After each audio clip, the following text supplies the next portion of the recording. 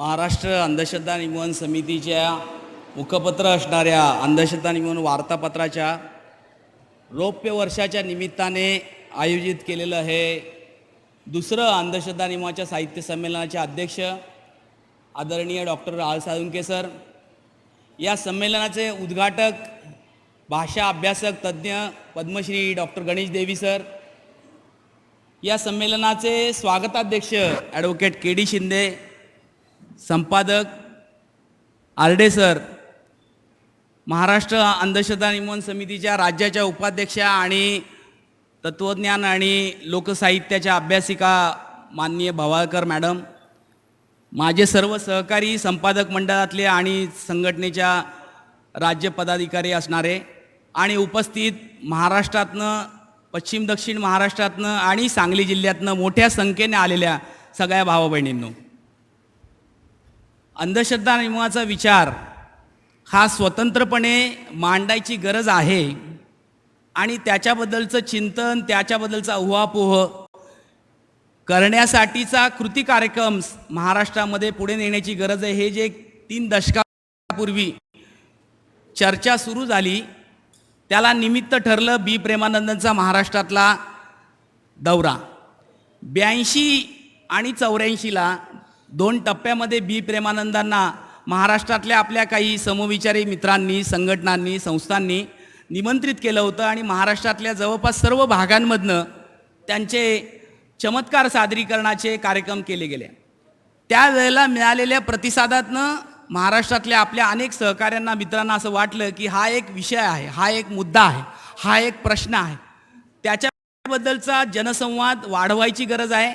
जनसामान्यांची याबद्दलची भूक प्रचंड आहे, त्याबद्दलचं अज्ञान प्रचंड आहे, त्याविषयी माहितीचा अभाव आहे, त्याबद्दल दृष्टिकोनाची नवीन दृष्टिकोन पोचवण्याची आणि रुजवण्याची गरज आहे. आणि ह्यातनं अनेकांनी अनेक पद्धतीने आपापल्या कार्यक्षेत्रामध्ये कार्याला सुरुवात केली. त्यातनं पुढे महाराष्ट्र अंधश्रद्धा निर्मूलन समितीचं संघटित स्वरूपाचं काम शहीद डॉक्टर नरेंद्र दाभोळकरांच्या कल्पक नेतृत्वातनं आज उभं राहिलं आहे. संघटनेला 25 वर्ष झाली. त्याचा एक रौप्य वर्षपूर्ती दाभोळकरांच्या निर्गुण खुनाच्या घटनेच्या पार्श्वभूमीवर मागच्या वर्षी आपण ऑगस्ट 7, 8, 9ला पुण्यामध्ये साजरी केली. त्या निमित्ताने संघटनेच्या चळवळीचा आढावा घेतला गेला, मूल्यमापन करायचा प्रयत्न केला गेला आणि भविष्यवेधी काय प्रश्न आहेत आणि त्याची सूत्र काय असली पाहिजे याचं चर्चा चर्वण आपण घडवून आणायचा प्रयत्न केला.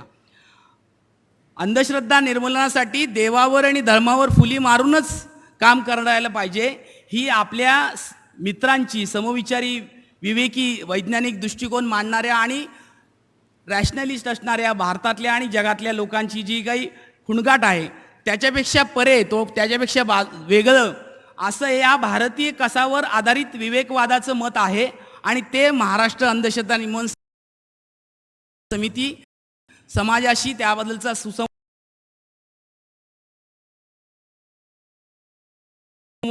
गेली 25 वर्ष करायचा प्रयत्न करतं. हे वेगळं पण आपण मांडायचा आणि त्याबद्दलचा संवाद करायचा प्रयत्न केला. त्यावेळेच्या 1 दिवसाच्या 7 ऑगस्टच्या राष्ट्रीय संमेलनामध्ये जवळपास 14-15 राज्यांमधनं आपले मित्र आले होते. आजही वेगवेगळ्या राज्यांमधनं विवेकी विचारांचं प्रतिनिधित्व करणाऱ्या नियतकालिकांचे संपादक आणि संघटनांचे, गटांचे कार्यकर्ते, पदाधिकारी या ठिकाणी आले आहेत. अजूनही उद्या आपल्यात सहभागी होणार आहे.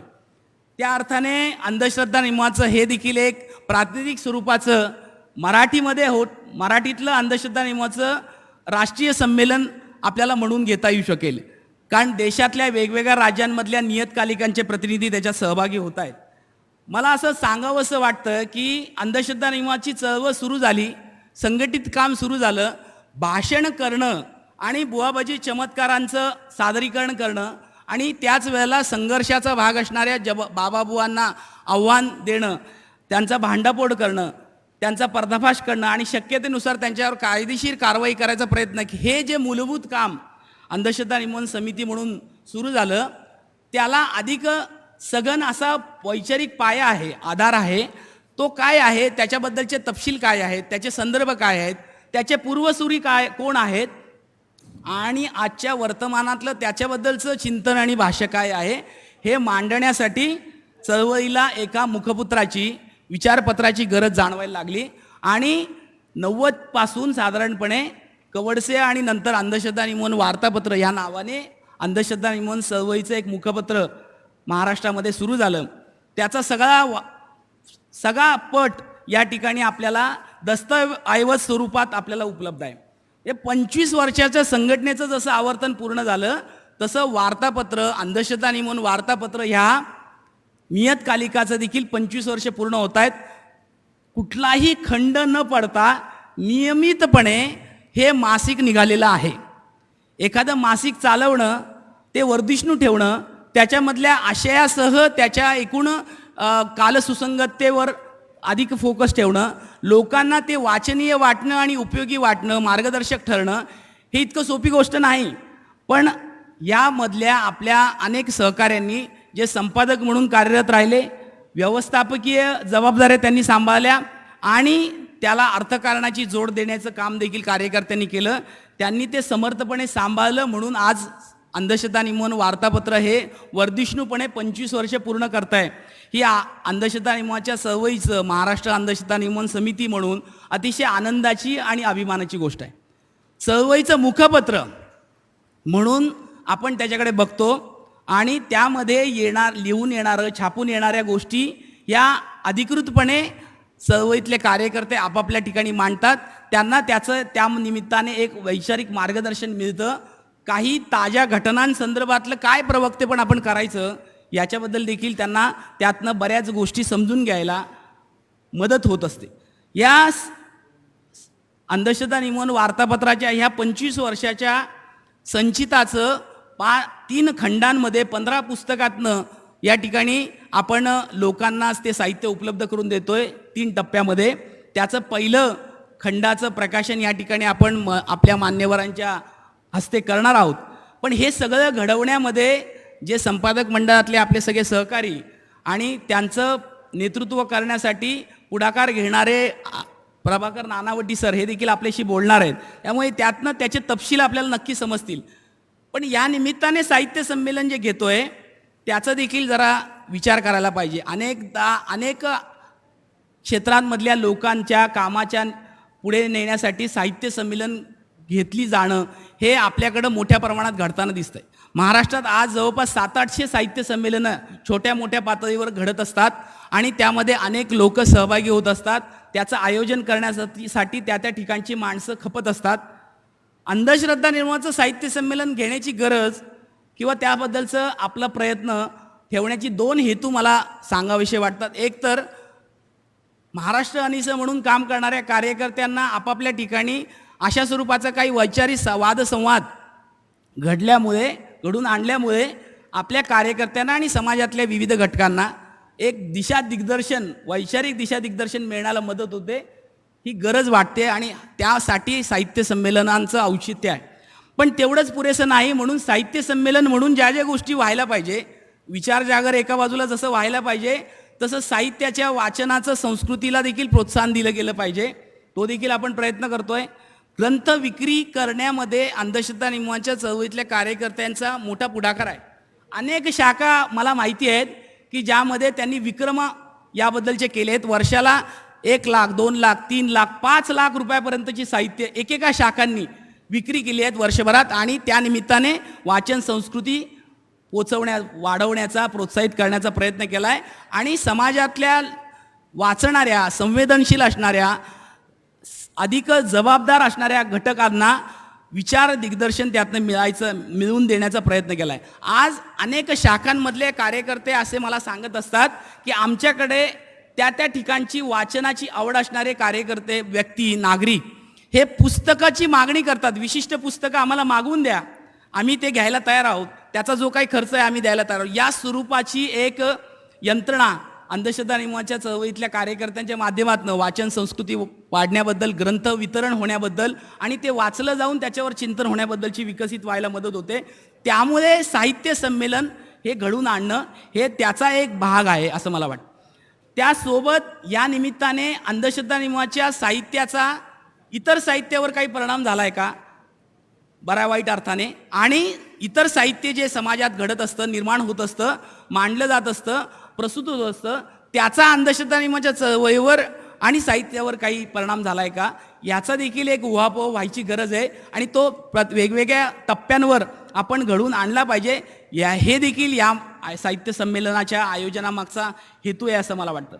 त्यामुळे या साहित्य संमेलनाच्या निमित्ताने अतिशय वैचारिकदृष्ट्या गंभीर असलं तरीही कालसुसंगत अशा काही प्रश्नांबद्दलचं प्रवक्तेपण करण्याचं खाद्य, वैचारिक खाद्य, विचार खाद्य आपल्याला इथून जाताना घेऊन आपल्या सोबत घेऊन जाता येईल असं मला वाटतं. आणि वर्तमानातल्या आणि भविष्यातल्या प्रश्नांना कसं बघायचं, त्याचं विश्लेषण, अन्वेषण कसं करायचं, त्याचा आपल्या जीवनाशी संबंध कसा जोडायचा आणि त्याच्याबद्दलचं आपलं नागरिक म्हणून आपलं कर्तव्य कसं पार पाडायचं, याच्याविषयी देखील मदत, मार्गदर्शन आपल्याला त्यातनं मिळायला शक्य होईल असं मला वाटतं. काही रूढी, प्रथा, परंपरा या निमित्ताने टाकून द्यायला पाहिजे. कालबाह्य झालेल्या गोष्टी टाकून त्याला नवीन पायंडे देखील देण्याची गरज आहे. आणि तो प्रयत्न अंधश्रद्धा निर्मूलनाच्या चळवळीतल्या कार्यकर्त्यांनी आपल्या व्यक्तिगत जीवनामधनं केलेला आहे आणि त्याचा वस्तुपाठ आज समाजामध्ये गतिमान होताना दिसतो. अनेक लोक त्याबद्दलचं वर्तन, त्याचं अनुकरण चांगल्या अर्थाने करताना दिसतात. त्यामुळे या साहित्य संमेलनाच्या निमित्ताने देखील साहित्य जागर हा जनतेची गरज आहे, लोकांची गरज आहे, संवेदनशील आणि जबाबदार नागरिकत्वाची ती गरज आहे असं मानून याच्या पुढच्या काळात वेगवेगळ्या आघाड्यांवरची जर साहित्य संमेलनं घडायला लागली तर त्याच्यासाठी त्यामुळे येणारे जे आक्षेप आहेत, त्यामुळे येणारे जे आरोप आहेत किंवा त्यामध्ये निर्माण होणाऱ्या ज्या अपेक्षा आहेत त्याला अधिक योग्य, लोक अनुयायी पद्धतीने आपण न्याय द्यायचा प्रयत्न करू. त्यामुळे सरकार नावाच्या यंत्रणेवर अवलंबून राहूनच आपण हे सगळं केलं पाहिजे किंवा त्याच्याकडनं अपेक्षा आपण बाळगून आपण कुठल्याही स्वरूपाचं कृती किंवा जबाबदारी करता कामा नये, असं जे काही आपल्याकडे नकारात्मक एक दृष्टिकोन तयार झाला आहे. आणि या साहित्य आणि त्याचं संमेलन, त्याचा विचार जागर याच्या बाबतीत देखील जो आपला परकेपणा वाढण्याची शक्यता एकूण वातावरण गढूळ झाल्यामुळे निर्माण झालेली आहे, ती दूर करायला आणि त्याच्याविषयीची आपुलकी, त्याच्याविषयीची आस्था साहित्याबद्दलची आणि त्याच्या विचार जागरामध्ये निर्माण व्हायला मला वाटतं की या निमित्ताने मदत होईल. आणि सांगलीमधले हे साहित्य संमेलन त्याच्यासाठीच पायाभरणी करणारं साहित्य संमेलन ठरेल असं मला वाटतं. त्यामुळे अशा एका साहित्य संमेलनाच्या निमित्ताने आपल्या या 2 दिवसाच्या भरगच्च कार्यक्रमामध्ये 2 मोठे परिसंवाद, त्यानंतरची चर्चा, पाहुण्यांची, उद्घाटकांची, अध्यक्षांची भाषणं आणि त्यासोबत इतर ज्या गोष्टी, ह्या सगळ्यांमुळे आपल्या सगळ्यांना अंधश्रद्धा नियमाचा विचार, विवेकी विचार आपापल्या ठिकाणी गतिमान करायला एक चांगल्या अर्थाचं मार्गदर्शन, सकारात्मक सघन असं मार्गदर्शन या निमित्ताने मिळेल असं वाटतं. संघटना वयात आली की त्याच्याबरोबरच्या पोरकटपणा आपल्याला सोडून द्यायला पाहिजे. म्हणजे आत्तापर्यंत अंधश्रद्धा नियमाच्या चळवळीमध्ये कार्यकर्ते इच्छेने येत होते आणि सदिच्छेने काम करत होते, परंतु आता आपण अशा टप्प्यावर आलो आहे की केवळ इच्छेने येऊन सदिच्छेने काम करून भागणार नाही. आता काही जबाबदारीचं भान आणि त्यासाठीचे काही तयारी असणं, त्याच्यासाठीची काही खस्ता खाण्याची किंवा त्याग करण्याची, योगदान देण्याची तयारी असणं, हे पण पुढच्या काळात वाढवण्याची गरज आहे. आणि तसं आज अनिसमधले अनेक कार्यकर्ते करताना दिसत आहेत.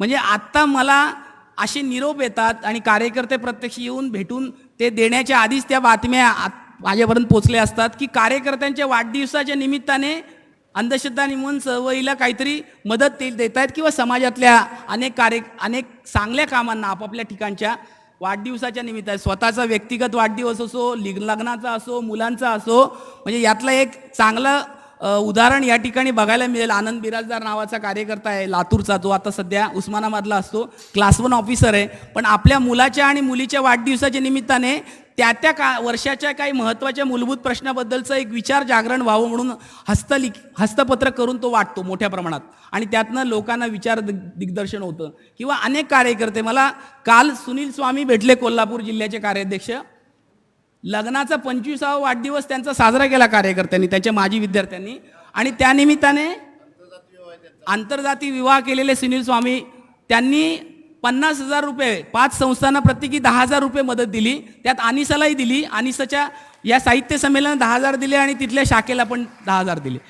असं अनेक लोक आहे. मी हे केवळ वानगी दाखल प्रतिनिधी, पण हे जे काही भान आहे म्हणजे आपल्या वेळ, आपला श्रम, आपली क्षमता आणि आपला पैसा आपल्या शक्यतेनुसार ह्या आपल्या मान्य असणाऱ्या विचार प्रवाहाच्या कामाला, त्याच्या कृती कार्यक्रमाला, त्याच्या संस्थात्मक आणि रचनात्मक योगदानाला आपण दिला पाहिजे, आपला वाटा उचलला पाहिजे. या स्वरूपाची जबाबदारीची जाणीव कार्यकर्त्यांमध्ये निर्माण होते आहे. पुढच्या काळात ती अजून वाढली पाहिजे. नवीन येणाऱ्या कार्यकर्त्यांना हे बाळगूड आपण देऊ शकलो पाहिजे. आणि त्यातनं आपण आता वयात आलेलो आहोत. आपण आता नागरिक म्हणून, भारतीय जबाबदार नागरिक म्हणून पुढच्या काळात अधिक जबाबदाऱ्या घेऊन पुढच्या काळात हे काम, हे या स्वरूपाचा विचारांचं प्रतिनिधित्व, प्रवक्तेपण करणं अपेक्षित आहे. या दृष्टीने आपलं स्वतःच्या क्षमता विकासाचा साहित्य संमेलनातलं चर्चा सर्वण हे एक खाद्य म्हणून आपण त्याच्याकडे बघितलं पाहिजे. मी हे आत्ता सतत सगळीकडे सांगतोय की वर्तमानातल्या आणि भविष्यातल्या आव्हानांना आणि गरजांना सामोरं जाण्यामध्ये आपण पुरोगामी मोठ्या प्रमाणात कृतिशील होणं गरजेचं आहे. आज आपण त्याबद्दल फार कमी पडतोय. म्हणून भविष्याचा वेध घेण्याची चर्चा आपण करत राहू, त्याच्याबद्दलचे आडाखे मांडत राहू, पण किमान वर्तमानातल्या आव्हानांना तर अधिक समर्थपणे सामोरं जाण्यासाठी सुसंवाद, अधिक चांगला सुसंवाद प्रस्थापित करण्याची गरज आहे. मला असं दिसतं की अंधश्रद्धा निर्मूलनाचं हे दुसरं साहित्य संमेलन हे त्याचं औचित्य ठरतं आहे.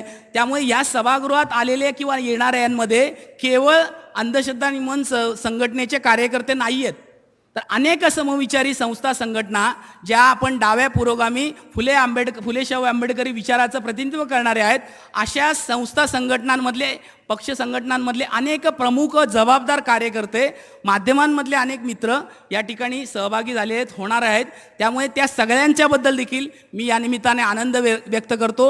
आणि हा विचारांचं, साहित्याचा सोहळा आपण सर्वांनी अधिक चांगल्या पद्धतीने यशस्वी करूया आणि प्रभावीपणे तो समाजाच्या मनापर्यंत पोचवूया असं आवाहन करतो आणि थांबतो. जय हिंद. धन्यवाद अविनाशजी.